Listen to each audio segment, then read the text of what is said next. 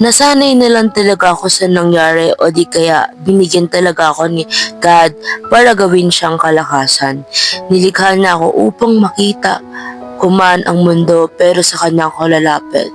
Mga hinanakit ko sa buhay ko alam na, mga takot, pag-aalala o di kaya hindi ko alam kung kakayanin ko pero hindi niya ako biniko.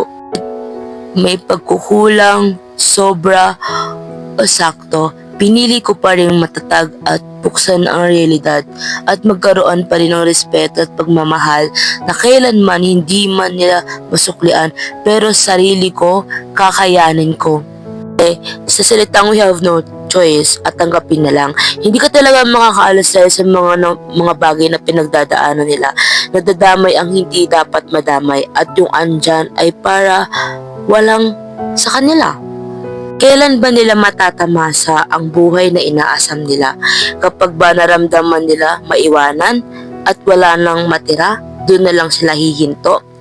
Ginawa nila yung dapat gawin, pero bakit siya nananatili? Nakakulong sa kanilang sariling pagkakakilanlan. Hindi nagbago ang mundo, pero mismo sa sarili biglang nagbago.